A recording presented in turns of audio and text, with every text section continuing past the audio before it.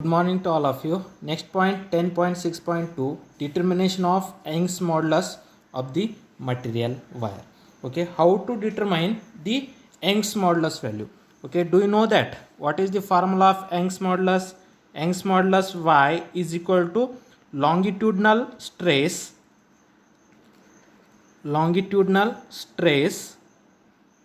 divided by longitudinal strain. Longitudinal stress divided by longitudinal strain.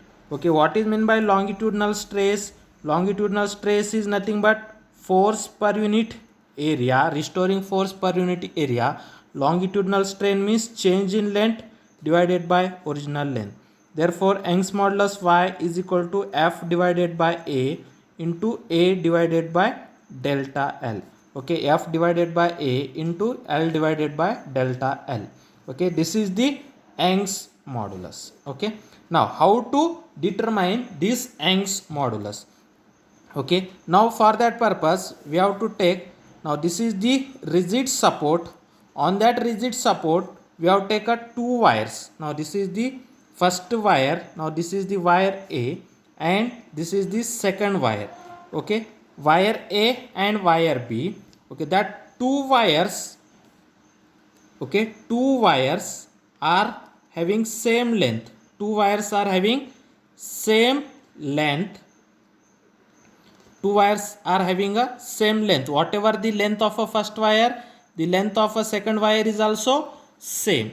Okay, two wires having a same length and same cross sectional area. Same cross sectional area or same radius. Okay, if radius is same, their area is also same.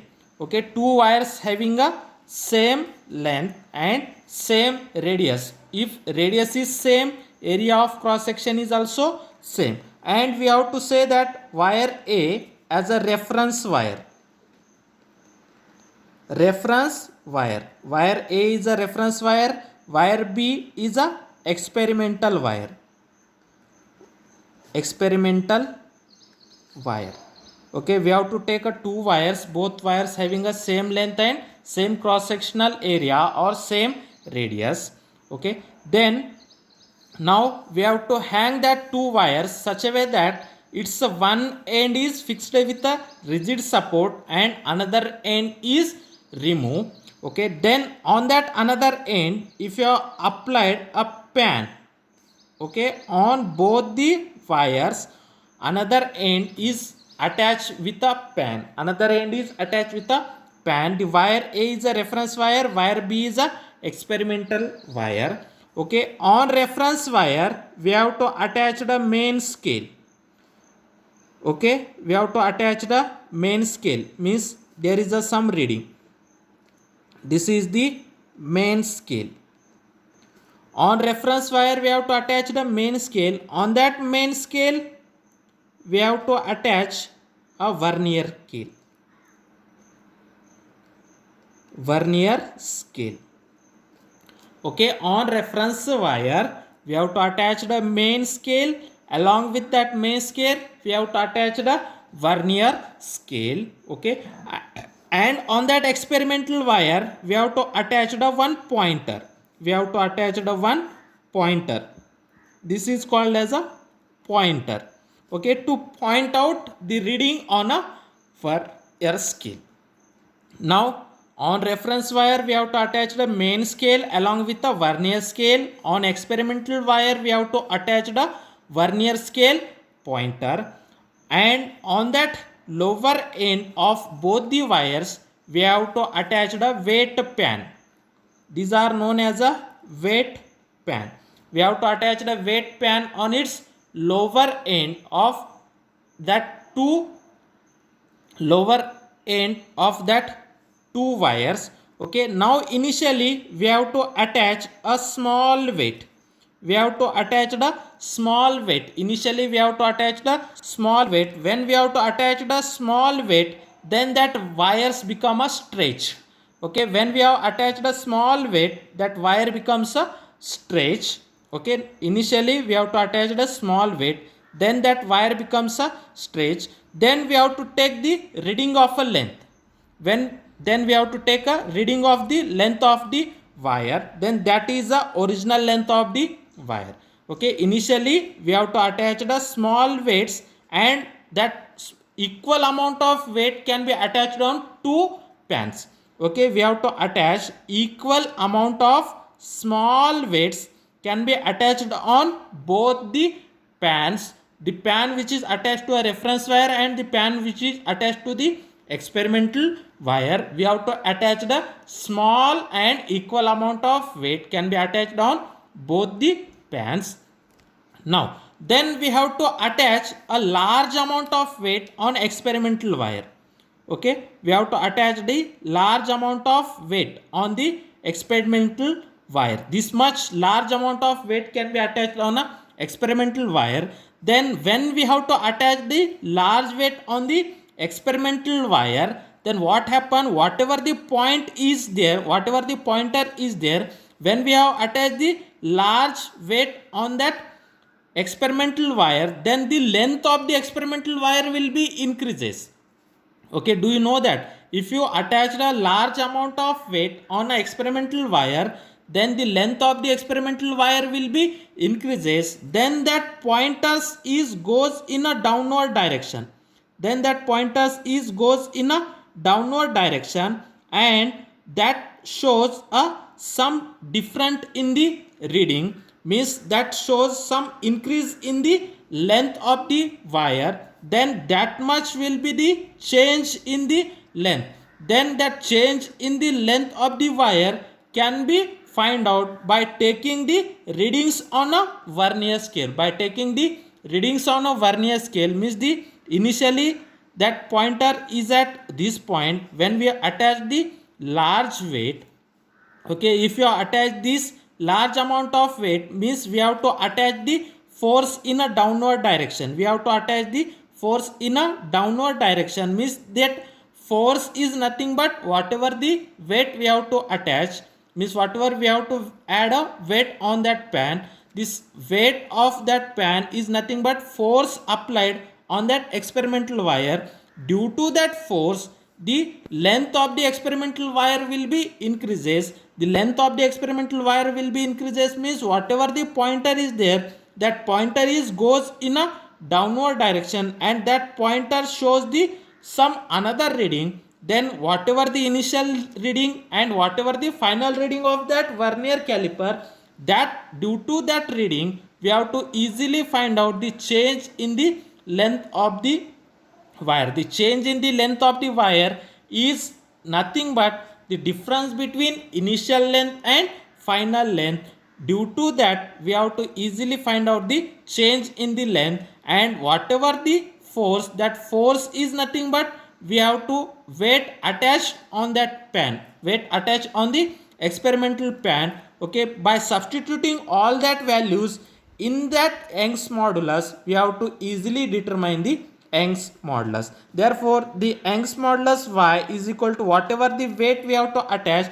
Okay, the force is nothing but weight attached on that pan, means weight attached. And do you already know the original length of the wire, and then how to find out the area? Okay, then that radius is we have to taking as a r, then area of cross section, area of cross section of that wire is pi r square, and by using that experiment, means by that changing in the value of vernier scale, that value is known as a delta L. Therefore Young's modulus is equal to weight is nothing but m into g. Whatever we have to add that mass, that weight is nothing but mg. Therefore mg is equal to force is equal to weight. Therefore weight is nothing but mg into that L divided by pi r square into delta L. By using that we have to easily find out the value of Young's modulus by using this experiment. Next point, 10.6.5, Poisson's ratio. What is meant by Poisson's ratio? Now see here, now suppose this is the wire. Now consider this is the wire, its one end is fixed and another end, on that another end we have to attach the pan. Okay, on that pan we have to add a weight. Okay, means we have to attach the force in a downward direction. When we have to attach the force in a downward direction, what happen? Its length will be increases. Okay, when its length will be increases, when we have to attach a force on that wire, the force is the force is perpendicular to the area of cross section. The force is perpendicular to the area of cross section. When we have to apply the load on that cross sectional area, then its length will be increases. Okay, its length will be increases, the length of the wire will be increases. At the same time, suppose this is the diameter. Now this is the diameter of the wire. Now this is the diameter of the wire D. Now consider the diameter of the wire D. When the length will be increases, then what happen? Its size will be decreases.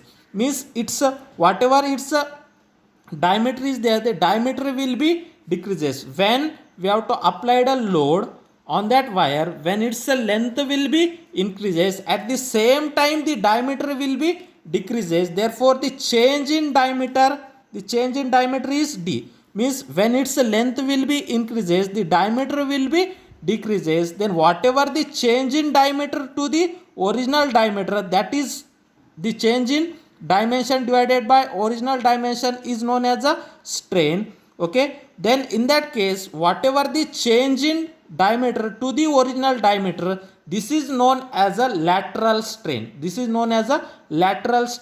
Means when we have applied a load on that wire, its length will be increases, at the same time its diameter will be decreases. Therefore change in diameter to the original diameter is known as a lateral strain. Okay, and then we know that change in length divided by original length, this is known as a tangential strain. Okay, this is known as a longitudinal strain. This is known as a longitudinal strain. And when the length will be increases, the longitudinal strain, change in length divided by original length, at the same time its diameter will be decreases. Then change in diameter to the original diameter. Okay, change in diameter to the original diameter, this is known as a lateral strain. Okay, therefore the ratio between lateral strain to the longitudinal strain is known as a Poisson's ratio. Okay, please remember that when we applied the load on a wire, then its length will be increases. Therefore change in length to the original length is known as a longitudinal strain. At the same time its diameter will be decreases. Therefore change in diameter to the original diameter, this is known as a lateral strain. Okay, that lateral strain is perpendicular to the applied force. This lateral strain is perpendicular to the applied force.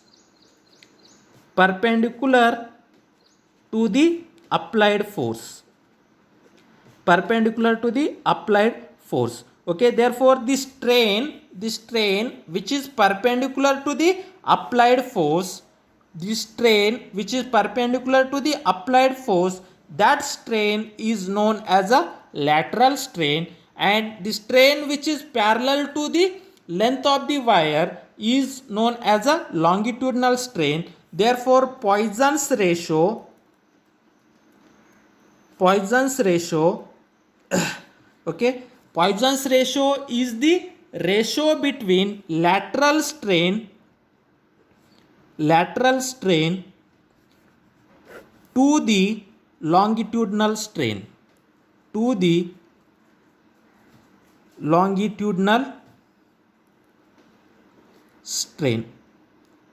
Okay, Poisson's ratio is the ratio between lateral strain to the longitudinal strain, and Poisson's ratio we have to denote it as sigma. Therefore sigma is equal to lateral strain. What is the lateral strain?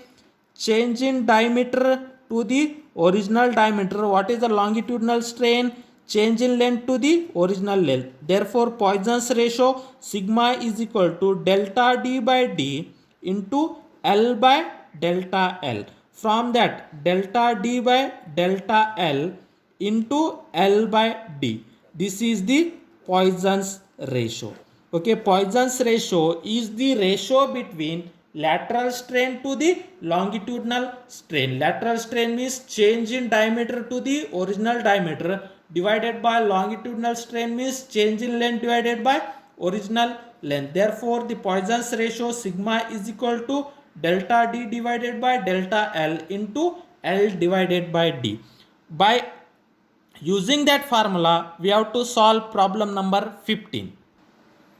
Problem 15. A steel wire of length 20 centimeter is stretched to increase its length by 0.2 centimeter. Find the lateral strain in the wire if the Poisson's ratio for steel is 0.19. First write down what they are given. Okay, a steel wire of length is how much? 20 centimeter. Then you know that 20 into centimeter is nothing but 10 to the power of minus 2 meter. Therefore length is 20 into 10 to the power of minus 2 meter, is stretched to increase its length by 0.2 centimeter. Increase in length is nothing but delta L. Delta L is how much? 0.2 centimeter. This is nothing but 0.2 into 10 to the power of minus 2 meter. 0.2 into 10 to the power of minus 2 meters. Find the lateral strain. What we have to find out? Lateral strain we have to find out. Okay, and in the wire, if the Poisson's ratio, they are giving as a Poisson's ratio as how much? Poisson's ratio is 0.19. Then how to find out? Then you know that formula. Poisson's ratio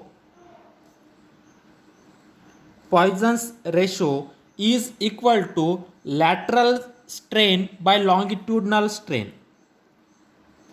Lateral strain divided by longitudinal strain. Lateral strain divided by longitudinal strain. Then do you know that Poisson's ratio means sigma? Sigma is equal to lateral strain divided by, what is meant by longitudinal strain? Delta L divided by L. Okay, then from that lateral strain is equal to, taking cross multiplication, sigma into delta L by L. Sigma into delta L by L. Then what is the sigma? Sigma is nothing but Poisson's ratio. What is its Poisson's ratio value? 0.19 into, what is the delta L value? 0.2 into 10 to the power of minus 2. 0.2 into 10 to the power of minus 2 divided by, what is the value of L? 20 into 10 to the power of minus 2. 20 into 10 to the power of minus 2. 10 to the power of minus 2, 10 to the power of minus 2 cancel. Okay, then that 0.19 into 0.2 divided by 20. Then 0.19 into 0.2. This is nothing but 0.038 divided by 20. Then 0.038 divided by 20, you got value as 0.0019. Okay, this is the lateral strain. Okay, therefore lateral strain value is 0.0019. This is a lateral strain. Now next, only one point is remaining in that chapter, that is 10.6.6, elastic potential energy in a stretched wire. Okay, what is meant by elastic potential energy in a stretched wire? Okay, when a wire is put under a tensile stress. Under a tensile stress means when the wire is stretched. Okay, means when the force is applied on a wire, then wire is stretched. Then when a wire is put under a tensile stress, work is done against the interatomic forces, means the work is done under the interatomic forces. This work is stored in the wire in the form of elastic potential energy. Means in general, okay, when the wire is stretched, due to that stretching, okay, whatever the force is there, due to that force, whatever the work is done, that work done can be stored in the form of elastic potential energy in the wire. Means on that wire, whatever the, when we have to apply the load on that wire, okay, when we applied a load, due to that load on that wire, the internal restoring force is generated. Due to that internal restoring force, whatever the work is done, that work done can be stored in the form of elastic potential energy. This is the definition of elastic potential energy. Means when we applied a load, due to that load, the restoring force is generated inside the wire. Due to that restoring force, whatever the work is done, that work done is known as elastic potential energy. Okay. Now consider L be the length of the wire. L be the length of the wire.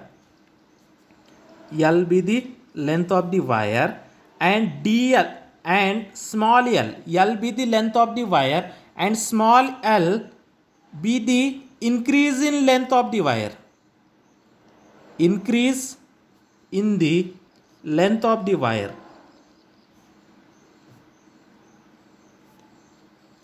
Okay, means in before up to this, what we have to say that delta L be the increase in the length of the wire, but here we have to replace small l as the increase in the length of the wire.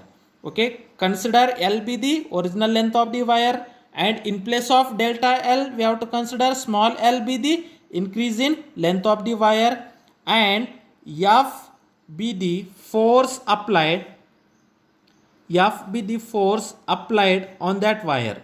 Force applied or load. Force applied is nothing but load applied on the wire. On the wire, and A be the area of cross section. Area of cross section of the wire on which force will be applied. Okay, now this is the wire. Okay, now this is the wire. Now this is the area of cross section, and on that wire we have to attach the force on that wire, and this is the original length of the wire. Okay, when we applied a force, then that wire will be stretched, and the small change in the length of the wire, that small change in the length of the wire is L. Okay, small change in the length of the wire is L. Then we know that by using Young's modulus, is nothing but stress divided by strain. What is meant by stress? Force per unit area. And what is meant by strain? Change in length. Okay, change in length means L, and original length is capital L. Therefore, Young's modulus Y is equal to F divided by A into L divided by small l. Okay, L divided by small l. From that, what is the force? F is equal to putting F in one side and another quantity in another side. Therefore, F is equal to Y into A into L divided by L. Okay, now this is the equation 1. Okay, equation 1 gives the restoring force generated inside the wire. Inside the wire. Then due to that restoring force, the work is done. Due to that restoring force, the work is done, and that work done can be stored in the form of elastic potential energy. Now we have to find out that work done. Now the work is done when the length of the wire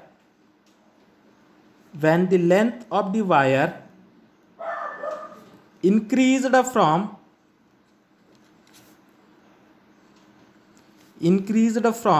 L to L plus small l, L to L plus small l, that is from L is equal to 0 to L is equal to L. Okay, means initial length is L. After increase in length, the length becomes L plus L. Okay, that is from L is equal to 0 to L is equal to L. Then we know that work done formula, work done W is equal to integration of F into dx. Okay, we know that work done W is equal to integration of F into dx. But here x, in place of x, what is the change? The L length will be changed. Therefore work done W is equal to integration of F into dl, and that work done having the limit L is equal to 0 to L is equal to L. Then what is the F? F is YAL divided by L. Therefore this is having integration having limit 0 to L. F is nothing but YA into small l divided by capital L into delta L. Here YAL are constant, therefore taking outside, therefore YA into capital L integration of L into dl having limit 0 to L. Then you know that integration formula. Okay, integration having x to the power n into dx. This is nothing but x to the power of n plus 1 divided by n plus 1. Here L, therefore L to the power of 1 plus 1 means L to the power of 1 plus 1 divided by 1 plus 1 means L square divided by 2. Therefore this is nothing but YA divided by L, and that integration of L is L square by 2. Therefore L square by 2 having lower limit is 0, upper limit is L. Therefore this is nothing but YA divided by L into upper limit is L. Therefore L square, lower limit is 0. L square by 0, L square by 2 minus, we have put a lower limit, 0 square divided by 2 means 0. Then this is nothing but YA into small l square divided by 2 into L. Okay, then work done is equal to YA L square divided by 2L. Now then work done is equal to YA L square divided by 2L. Then this we can write as work done W is equal to 1 by 2. Here 1 by 2. Okay, into Y. Okay, we have to write here Y. Okay, now here A, we have to write A. Then remaining L square by L. L square by L. Okay, now then in next line Y, that work done W is equal to half into Y means Young's modulus into, now see here I can write this as, okay, A, we have to write this term as first, L square by L into A. Now see here half into Young's modulus Y into, okay, we have to multiply denominator by L. Therefore L square divided by L into L. Here we have to multiply with L. Therefore numerator is also multiply with L. Therefore L into A. means multiply numerator by L and denominator by L. Therefore, LL cancel. Okay. Then this is nothing but half into y into here L and denominator L. Therefore, L square by L square into this L into A. We have to write A L. Okay. Then this is half into Young's modulus into L by L. L by capital L whole square into AL. This is the half into, this is nothing but Young's modulus. Young's modulus into, what is the L? L is nothing but small l is change in length and the capital L is original length. Then change in length divided by original length. Change in length divided by original length means strain. Therefore, strain having its square means strain square into what is the A? Area. What is the L? Length. Then area into 1 length. Area into 1 length is nothing but volume. Area into side. Area into side is nothing but volume. Okay. Area is side into side. Volume is side into side into side. Area means side into side and length is nothing but another side. Therefore, side area is side square into another side. Therefore, it is a volume. Therefore, volume of a wire. Okay. Therefore, work done is equal to half into Young's modulus into strain square into volume of a wire. Then work done is equal to half into Young's modulus. What do you mean by Young's modulus? Young's modulus is nothing but stress divided by strain into strain square into volume of a wire. Volume of a wire. Then here one strain and strain square means strain into strain and here one strain is cancelled. Therefore, work done is equal to half into stress into strain into volume of a wire. Volume of a wire. Therefore, this is the work done. Therefore, the work done can be stored in the form of elastic energy, elastic potential energy. Therefore, the elastic potential energy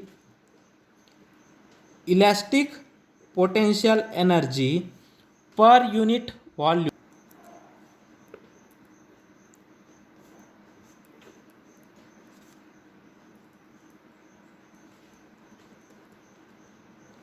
Okay, the elastic potential energy per unit volume is given as U is equal to half into stress into strain. Therefore, elastic potential energy per unit volume is U is equal to half into stress into strain. This is the elastic potential energy per unit volume.